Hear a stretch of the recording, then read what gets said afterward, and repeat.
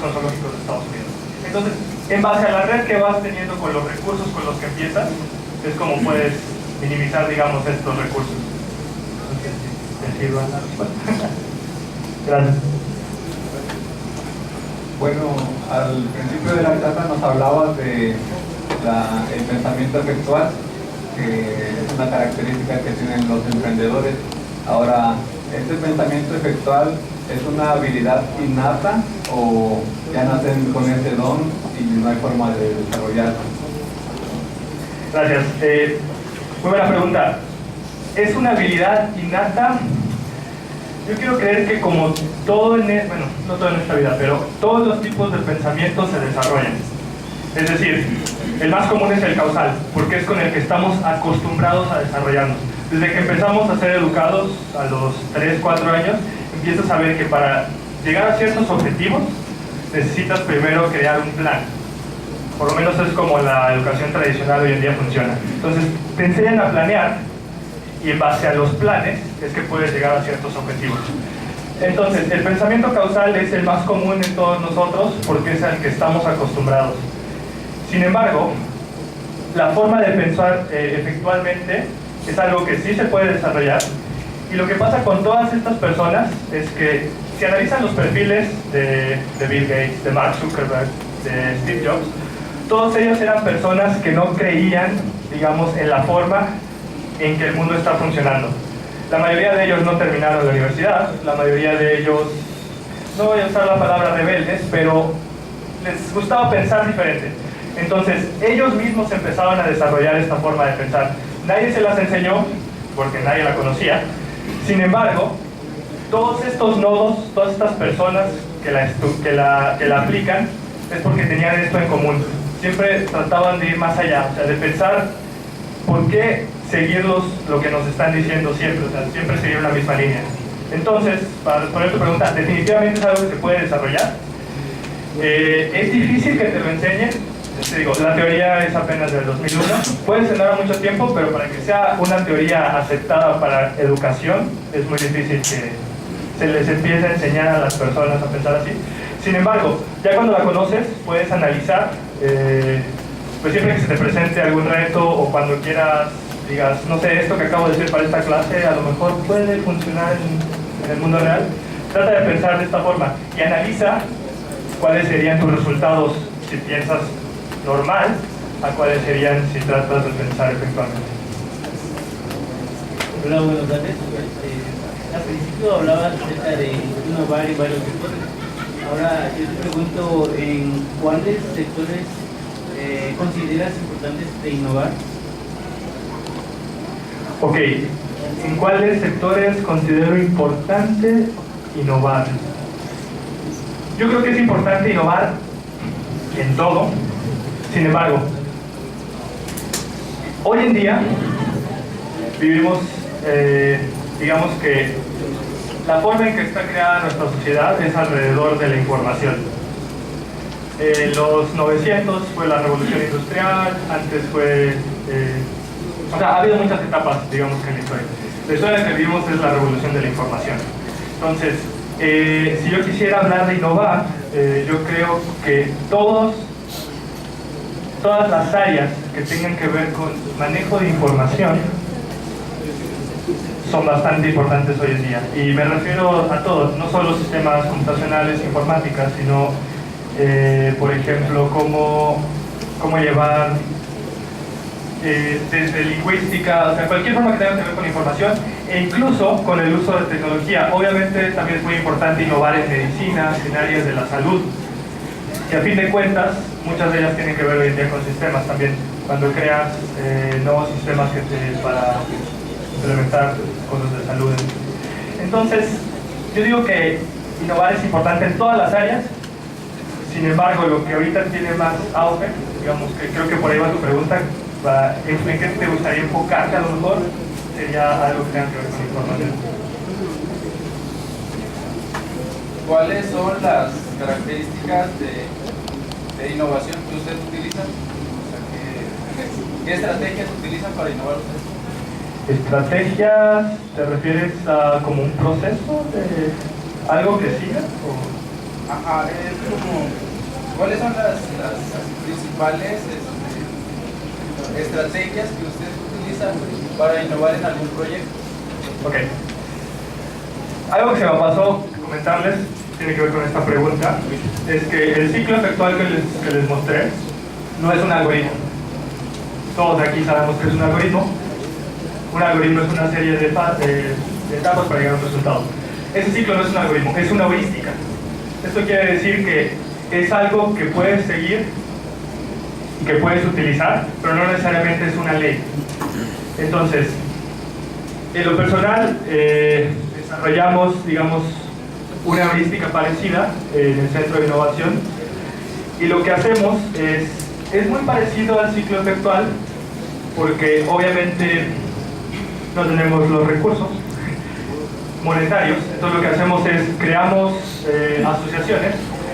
Todos los proyectos que hemos desarrollado, todos son, digamos, joint ventures, que quiere decir que son asociaciones entre varias empresas. Entonces cada empresa lo que hace es pone su área de expertise, es decir, por ejemplo, para la parte de zoológicos buscamos empresas de zoológicos, buscamos empresas de diseño web, y nosotros lo que hacemos como tal es, digamos, la gestión del proyecto y la generación de ideas. Entonces, para contestar tu pregunta, digamos que es una heurística muy parecida, pero que va con empezar con recursos, sobre todo humanos, es decir, qué empresas o qué personas nos pueden ayudar a hacer este proyecto realidad, y de ahí empezar con la parte ya, digamos, más técnica. Yo soy desarrollador de software, entonces puedo empezar la parte de software. Sin embargo, siempre tratamos de que sea una colaboración entre varias empresas, a fin de cuentas. Bueno, buenos días.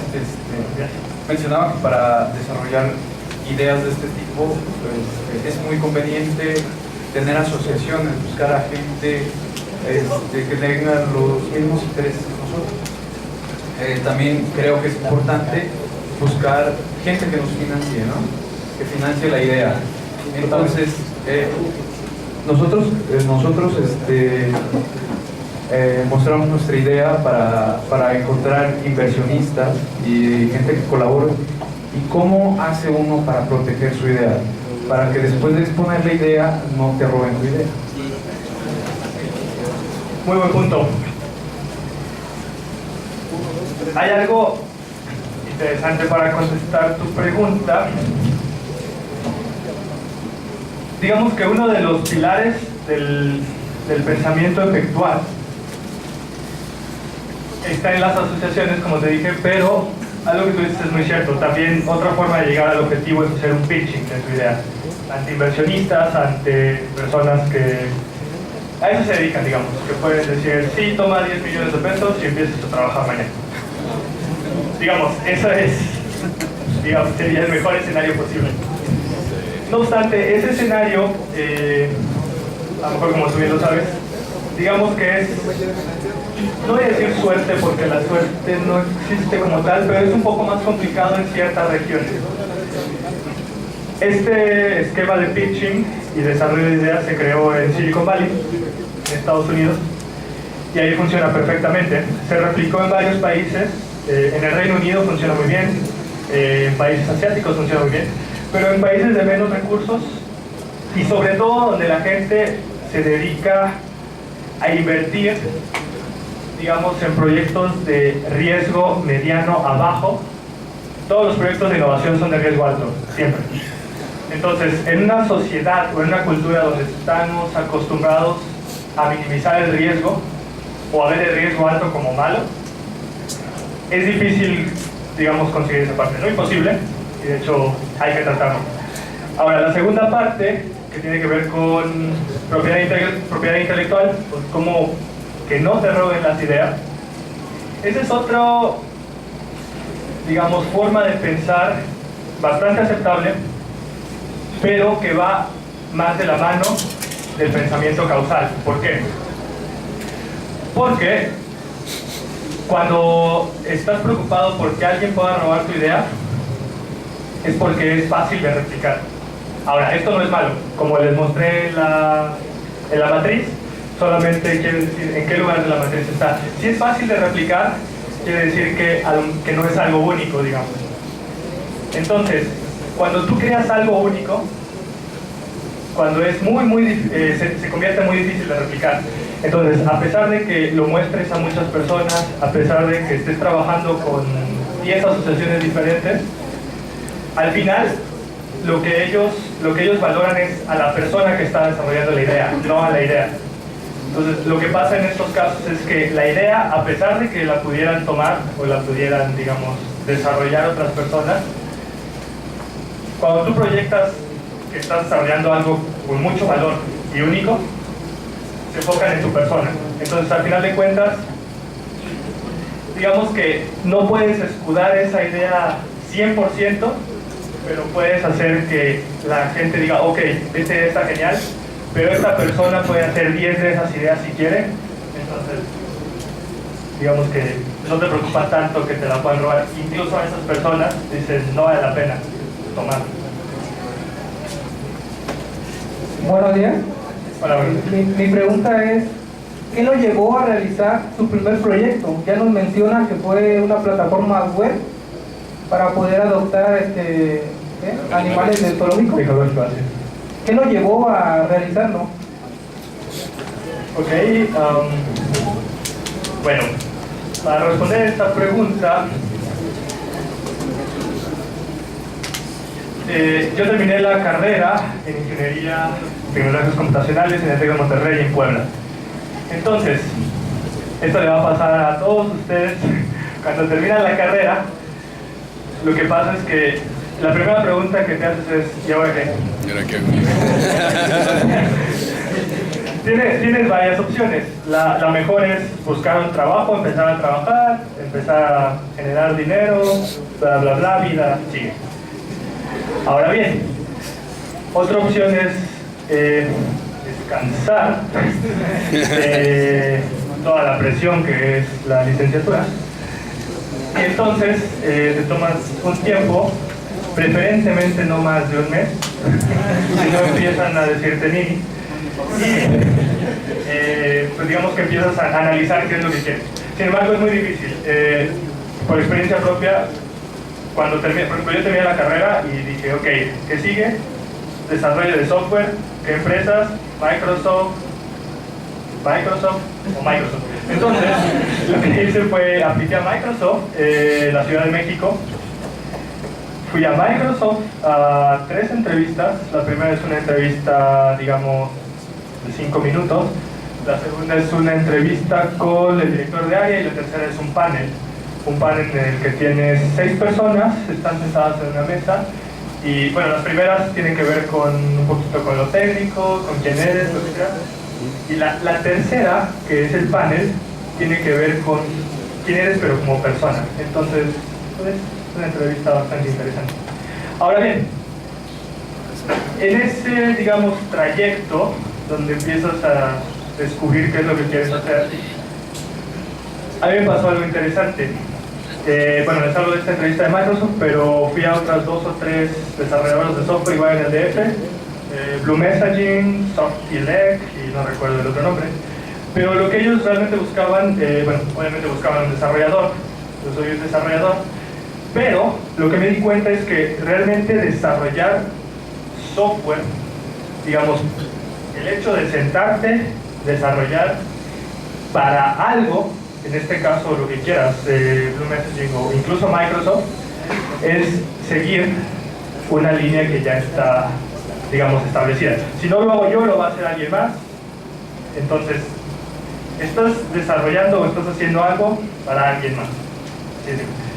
Entonces, lo que pasó también fue un poco, digamos, de suerte puede ser, es que encontré un proyecto que ahí en Puebla de esta persona, que digamos que es el otro partner de la empresa, que lo que estaba haciendo era crear un nuevo lugar, este centro de innovación, en donde se pudieran crear nuevas ideas y desarrollar productos que no existen. Entonces, digamos que me lo vendió súper bien. Y fui a la entrevista La entrevista fue, digamos que en esta fábrica que les comentaba de chicles, me citó ahí. Yo llegué, como llegas a una entrevista, recién egresado, con traje, una libretita. Entonces, llegué a la entrevista y me abre el chavo, me dice, oye, vamos por hay algo que se llama bubble tea, no sé si lo conocen, como el té de tapioca, con unas bolitas negras. Entonces me dijo, ¿sabes qué? Vamos por un bubble tea y platicamos. Y yo, bueno. Entonces fuimos a su Mazda, fuimos por el té, y la entrevista fue ahí mientras tomábamos un té con tapioca. Y realmente lo que él me preguntó es, me acuerdo bien, ¿qué es lo que quieres hacer? Más bien, ¿qué es lo que te gustaría hacer en este lugar? Y así, no, pues sé usar Java, no. ¿Qué te gustaría hacer en este lugar? Y yo, ok, entonces me hizo pensar un poquito, seguía tomando mi té, y le dije, no, pues realmente quiero crear cosas nuevas, obviamente que tengan que ver con tecnología, y pues sobre todo cambiar el mundo. Entonces, suena medio cheesy, pero dijo, ok, mira, este lugar, como habrás visto, todavía era un jueves, por lo tanto, viernes, no recuerdo, te veo el lunes en la mañana. Y yo, bueno, y me dijo, bueno, pues empezamos a trabajar el lunes. Y yo, ok, gracias. Entonces, realmente fue un poco circunstancial, porque esto es interesante. A pesar de que estudié en el TEC de Monterrey, que a lo mejor ustedes conocen el eslogan, que es cultura emprendedora, realmente te enseñan, digamos, lo que es la teoría del emprendimiento, pero no te enseñan a como que salir con ese pensamiento como tal. O sea, la mayoría en Puebla, tal vez muchos de ustedes lo sepan, Puebla es muy conocida por su industria automotriz. La Volkswagen es la más importante de Latinoamérica y en este año o el que sigue deben de poner una planta de Audi. Entonces, la mayoría de los egresados del TEC de Monterrey en Puebla, a lo que aspiran es a tener un trabajo bien remunerado en Volkswagen o empresas del parque de desarrollo que se llama Parque Industrial. Entonces, lo que pasa es que, lo que te decía al principio, cuando salimos no sabemos qué hacer y lo que hacemos es nos vamos por lo que los demás están haciendo en nuestro entorno. Entonces, lo más normal es realmente, si estudiaste desarrollo de software, es desarrollar software. Pero si te tomas un tiempo para pensar qué es lo que realmente quieres, ya cuando terminas, en base a todo lo que aprendiste, obviamente, es cuando te puedes dar cuenta. Si realmente lo que quieres es desarrollar software, adelante. Si es algo que te apasiona, es lo que tienes que hacer. Ok, siguiendo con el nombre de tu primer proyecto, me gustaría saber cuál fue la mayor satisfacción de haber realizado dicho proyecto y cuáles fueron sus limitantes.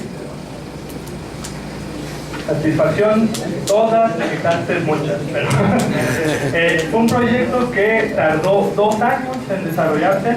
¿Por qué? Obviamente no todo es, digamos, de color de rosa. Entonces, cuando empezamos con la idea del proyecto, dijimos, este proyecto está increíble.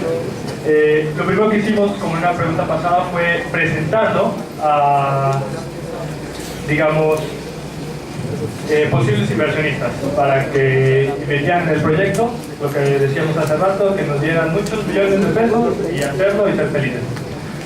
Sin embargo, la idea era muy riesgosa porque en cuanto a limitantes era muy difícil. Les explico un poquito más del proyecto para poner en contexto. La idea principal es adoptar animales de zoológico a través de una plataforma web y móvil. Sin embargo, digamos que el mantra de nuestra organización es crear nuevas interacciones de tecnología. Entonces, todos los proyectos en los que hemos trabajado tienen que ver con crear una nueva interacción entre los humanos y la tecnología. Entonces, adoptar un animal de zoológico es algo que ya existe. Puedes ir al zoológico de Chapultepec, puedes ir al zoológico de San Diego, puedes ir al zoológico de Londres, de Beijing. Y si quieres adoptar un animal, no quiere decir que lo compras y te lo llevas a tu casa, sino que pagas una cierta cantidad y ellos te dan, digamos, una postal, un peluche, y se supone que ese dinero va para mejorar el ambiente o donde está el animal. Ahora bien, digamos que esa es la primera parte del proyecto, hacer esto, pero desde una plataforma web. Quiere decir que yo puedo adoptar un panda en Beijing, pago lo que tenga que pagar, se maneja por membresía y pues lo que recibo, digamos que a cambio es la satisfacción de que ustedes dan un animal y bueno, eso sería como que la primera parte. Pero eso, si vamos de nuevo a la matriz que les presenté, sería algo que tiene valor, a lo mejor, pero no es muy original, porque lo puedes hacer. Sin embargo, la segunda parte del proyecto, y es la parte que fue más ambiciosa y con más limitantes, es que aparte de que tú pudieras adoptar un animal, lo que queríamos es que tú pudieras interactuar con él. Ahora, ¿cómo interactúas con un animal que está en China?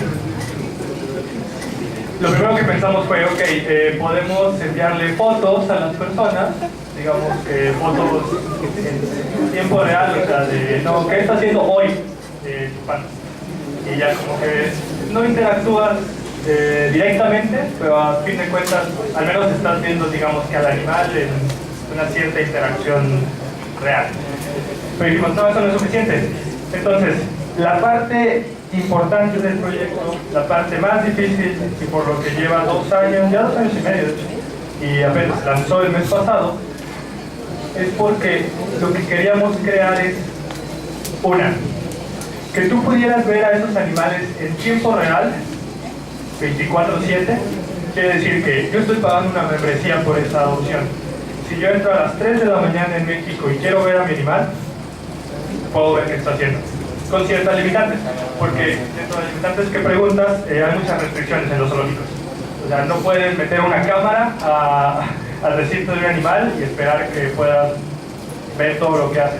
Porque los animales tienen manejos, los veterinarios tienen que entrar, cuando uno se enferma lo sacan del recinto, etcétera, etcétera. Entonces son muchas limitaciones que tienes, pero sin embargo, lo queremos ofrecer, o lo queremos ofrecer como interacción.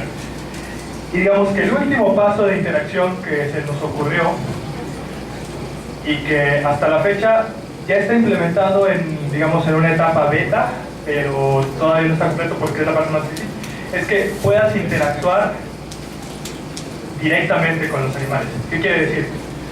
Tenemos la cámara con la que puedes ver qué está haciendo cada animal, y se creó un dispositivo mecatrónico con el que tú, desde forma remota, desde la misma plataforma, desde la misma aplicación, puedes acceder a ese dispositivo. Y en este caso, todavía está, digamos, como en etapa de desarrollo, como te digo, pero las primeras pruebas es que le puedas acceder a accesorios dentro del entorno, quiere decir que puedas mover ciertas cosas en tiempo real, como tú lo estás viendo.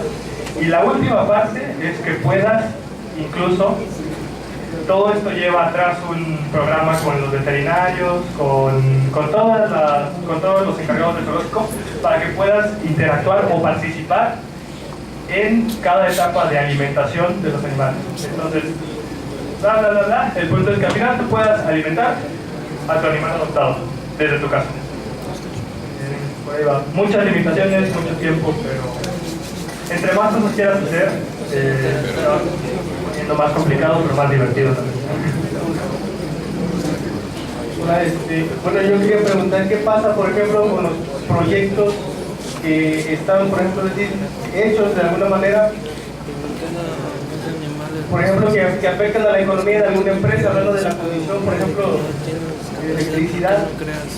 He visto, por ejemplo, proyectos de generadores eléctricos, paneles solares, o algo así, de un generador Tesla, que afectaría la economía, por ejemplo, de esa empresa, y no se realiza como no se lleva a cabo. ¿Qué pasa? ¿Se frena todo el proyecto? O sea, ¿qué pasa con los desarrolladores del proyecto o qué hace la compañía? Ajá. Ya no se le da un seguimiento. Ok, de manera pues se afecta pues el empresa y ya no tiene un seguimiento pues excesivo. Por ejemplo, hablando del generador Tesla, que sería una máquina de electricidad integral y afectaría, por ejemplo, como decía, la conducción de electricidad, ya no tiene un seguimiento pues continuo. Okay. Bueno, lo que pasa ahí es más o menos uno de los últimos ejemplos que les presenté de Western Union. No es lo mismo, pero si tú llegas con un proyecto de generación de energía, digamos con un generador Tesla o de energía renovable, que es lo que se está usando hoy en día, cosas así, que ponen en riesgo la operación de la empresa, ponen en riesgo es relativo, porque realmente CFE es un emporio en México, entonces sí, representan un competidor. No obstante, lo que pasa ahí es que si vas a desarrollar algún proyecto que tenga que ver con alguna de estas empresas, en México yo creo que sería CFE o Pemex. Si vas a hacer algo de petróleos también va a estar complicado. Pero lo importante es, no voy a decir que es fácil, probablemente sea difícil por la misma forma en que están desarrolladas estas empresas, monopolio. Entonces, lo importante sería como que encontrar un punto medio en donde se pudiera, si se puede, digo, no sé si se puede hacer, pero que pudiera haber una colaboración entre los que están desarrollando el proyecto y la empresa a la que te refieres, a lo mejor en este caso CFE. No se me ocurre algo específico ahorita para una colaboración entre CFE con algo de con el desarrollo de estos proyectos. Sin embargo, volvemos a lo mismo, es como que pensar y analizar hasta qué punto ellos pueden dejar de ser un obstáculo o competencia y convertirlos en, vamos, tampoco queremos que sean nuestros socios, pero al menos que sea un aliado, entre comillas.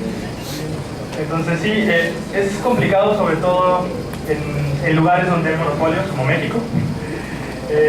Con esto no se enfrentan, por ejemplo, los desarrolladores de productos en Estados Unidos, porque si tú creas algo nuevo, por ejemplo, bueno, no sé las empresas de Estados Unidos, pero en Reino Unido existe EDF Energy, que vendría siendo el CFE, es una empresa francesa, energía británica.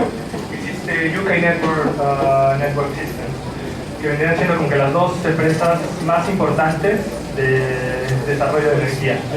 Y entonces, estas empresas lo que hacen, de hecho, en el último proyecto en el que estuve en Sheffield, es ellos lanzan programas de innovación, realmente programas de innovación, en los que invitan a personas, generalmente estudiantes, o pues no está limitado, pero generalmente son estudiantes con ideas. Entonces lo que hacen es, en vez de poner un obstáculo, decir, no, ¿sabes qué? Si haces esto, nos dejas sin chamba. Lo que hacen es, a las ideas que les ven potencial, y potencial me refiero a, sin importar que puedan ser un obstáculo para ellos, los apoyan y hasta cierto punto hacen que los proyectos se creen, a veces crean nuevas empresas o a veces los absorben la misma empresa. Digamos, es trabajar como que esa interacción. Buenas tardes. Acorde a los 10 puntos que nos acabas de compartir, yo recordé el caso BlackBerry. ¿Okay? Entonces, ¿en cuál o cuáles considera usted que pudo haber fallado para que se desplomara de esa manera, por decirlo de alguna forma? Ok, BlackBerry es un ejemplo muy bueno. Lo que pasó con BlackBerry, bueno, si se acuerdan, hace, ¿qué será? 6 años, 8. Cuando estaba BlackBerry, lo que tenía, digamos que la innovación de BlackBerry fue introducir el teclado, que es teclado tipo QWERTY, pero tiene un nombre específico de BlackBerry. Entonces, digamos que tú veías un BlackBerry y sabías que era un BlackBerry por el teclado, 1. 2, antes de que existiera WhatsApp, Facebook Messenger, existía BBM, que era BlackBerry Messenger. BlackBerry Messenger, yo creo que fue el boom, o sea, aparte del teclado, el BlackBerry Messenger fue como que el top de lo que hizo BlackBerry para estar, digamos que, en competencia con todos los demás compañías de desarrollo de móviles. Ahora, ¿qué pasó? Cuando BlackBerry se da cuenta de que su BlackBerry Messenger, la gente está comprando BlackBerrys solo para usar el BlackBerry Messenger, entonces ellos se enfocan íntegramente en seguir, digamos, desarrollando, o digamos que se decidieron quedarse con eso, ¿no? Dijeron, ok, esto es lo nuestro y esto es a lo que nos tenemos, en lo que nos tenemos que enfocar.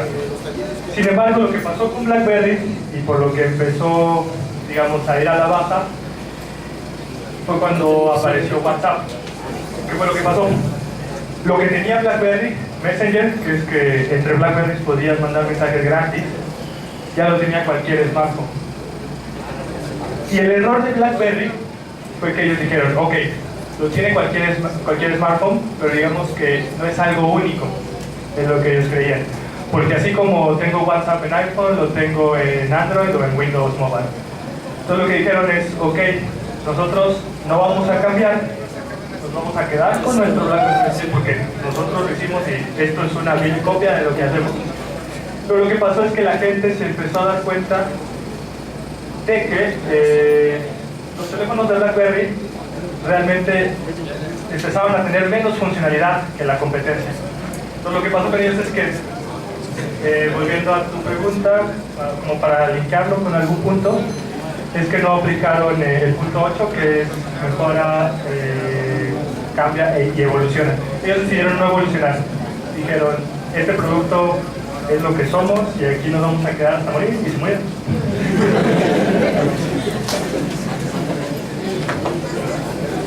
Hola,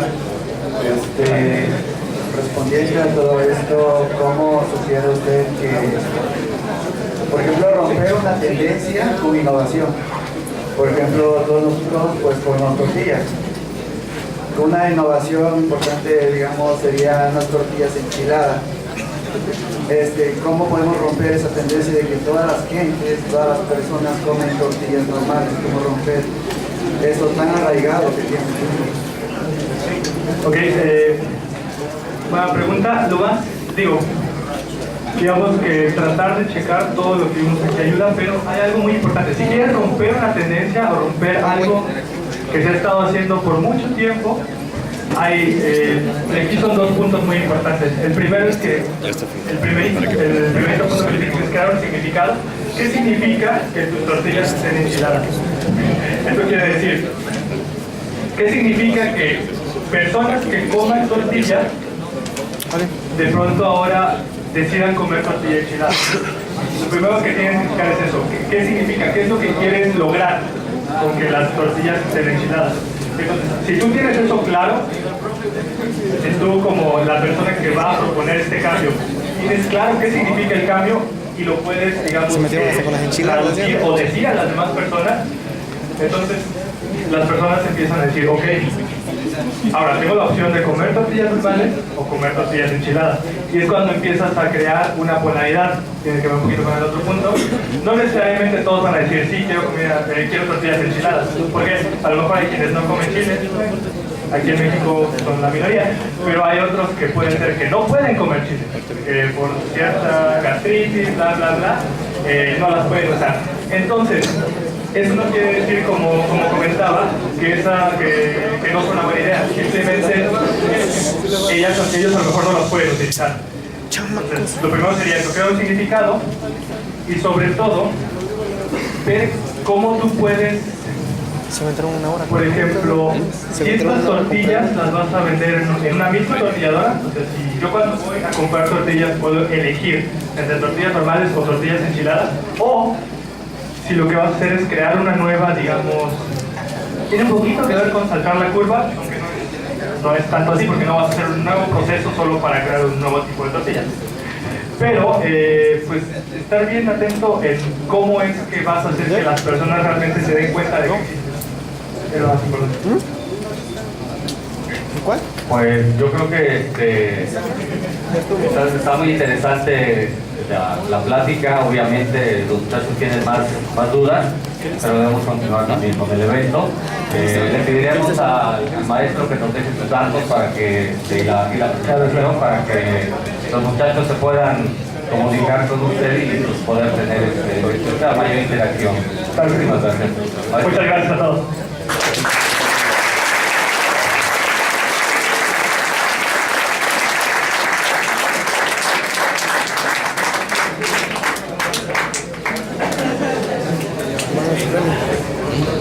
Bueno, buenas tardes. Agradecer la presencia de todos ustedes y bueno, el hecho de poder contar con compañeros de su edad que proponiéndose han podido trascender en el medio, en los estudios, en su formación dentro de ello. Nuevamente preguntarán informática, sistemas, emprendimiento, ¿por qué? Pues bueno, una de las tantas actividades que se puede tener, pues tiene que en el desarrollo de sus empresas. Y dentro de ello, el hecho de creer, de tener una idea, de innovar, de desarrollar, pues es importante. Probablemente a diferencia, bueno, como otras instituciones de donde es el Estado Tecnológico de Monterrey, pues falta todavía desarrollar un poquito de más a la aplicación, ya todo lo que ven en teoría, bueno, a lo mejor nos está faltando un poquito, pero el que no se atreve no puede lograr. Y creo que dentro de ello, el creer, el buscar, el innovar, pues nos va a llevar a poder tener muchas cosas. De mi generación, y yo hablo de una computadora que me tocó trabajar, que era un solo teclado, donde trabajamos en dicho país, a lo que tienen ahorita, ya cambió mucho. Ustedes son la generación digital, ustedes ya nacieron con la parte de la computadora, el teléfono y demás, pero no está cerrado. Sigue y sigue. Y hay muchas cosas que ustedes mismos, como dicen. A lo mejor algunas se las renovar, pero hay otras hay que trascenderlas para seguir aplicando. Nanotecnología, las mismas características del nuevo software y las mismas necesidades de la humanidad pues nos dan ahí. Les agradecer nuevamente la participación del maestro Ricardo Cardoso Ortegón por su excelente conferencia. Y bueno, a nombre del instituto me permito entregar el presente reconocimiento que dice lo siguiente: Secretaría de Educación Pública, Subsecretaría de Educación Superior, Tecnológico Nacional de México. El Instituto Tecnológico de México otorga el presente reconocimiento al maestro en ciencias Ricardo Cardoso Ortegón por su participación como ponente de la conferencia ¿Qué significa innovar? Entendiendo la mentalidad de en el marco de la semana académica de sistemas. Pero no vamos a dejar ver aquí, güey. Lo firma el maestro en ciencias, profesor Morales Lucas, director de maestro. Gracias, maestro.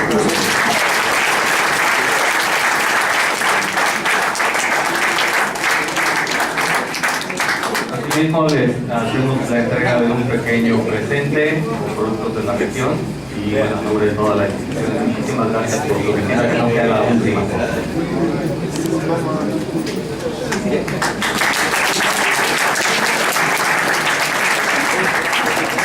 Bien, antes de terminar, quisiera agradecer en este caso a la maestra Rudo Ortegón, que haber en este caso apoyado para que esta le decía a los muchachos que próximamente vamos a hacer la invitación para que nos hable del tema sobre el fraude.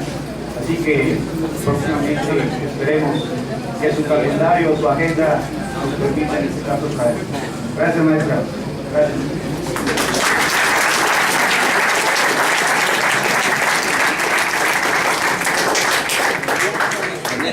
Muchas gracias, jóvenes, por su participación tan activa y bueno, daremos un pequeño receso, no da muchos minutos, 5 o 10 minutos, para preparar la siguiente conferencia.